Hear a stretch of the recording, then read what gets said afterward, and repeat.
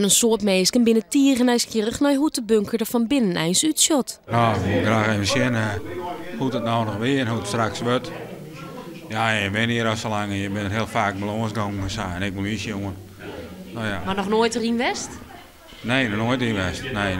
Ik vind het heel belangrijk dat de jeugd van tegenwoordig zulke dingen ook mee kan maken. Dat ze niet alleen maar horen van het zeggen, maar dat ze het ook kunnen zien. Dus vandaar ben ik eigenlijk heel blij dat het blijft bestaan. Dat is precies de reden waarom de stichting Bunker Koehol de bunker bewaren wil. Omdat er in heel ministeerd is hoe het wetenschap hem aanbreken. Nou binnen zij zelfs een van de subsidianten, maar onder andere de provincie en de gemeente Friends zit er een deal. Het had 2 jaar door voor de stichting de €40.000 bij elkaar hier, maar dat hier neer te krijgen met zin. Iedereen vond dat het eigenlijk blijven moest. Het is de enige bunker in Nederland die in de zeeweer en de zeedik staat, dus dat ken ik net beter. Dat maak ik wel wat vroeger, zo ik wil zeggen. De renovatie zet in kwart minuut een en moet voor 1 oktober dienen wezen, want dan begint het stormseizoen. Nou, wij zullen hem renoveren. Dat betekent dus dat de beton in zijn oorspronkelijke staat weer omkomt.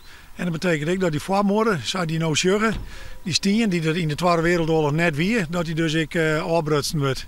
En dan krijg je dus alleen weer het kele beton. De bunker zal 6 keer in het jaar in wezen en daarnaast nog op fysiek van groepen. Achter de ruiten van de bunker komen informatiepanelen en binnen komt een permanente tentoonstelling. De stichting krijgt hulp bij de inrichting daarvan.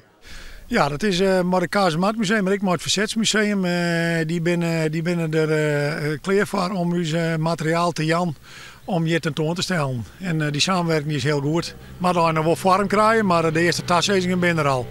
Er kwamen 10-tal mensen op die iepen daar. Morgen is de bunker echt nog te bezichtigen.